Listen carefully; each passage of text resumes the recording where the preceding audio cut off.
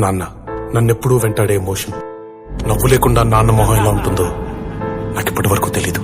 ఏ కష్టం ఎదురొచ్చినా కన్నీళ్లు ఎదిరించినా ఆనందం అనే ఉయ్యాలలో నన్ను పెంచిన నాన్నకు ప్రేమతో నాన్నకు ప్రేమతో నాన్నకు ప్రేమతో అంకితం నా ప్రతీక్షణం.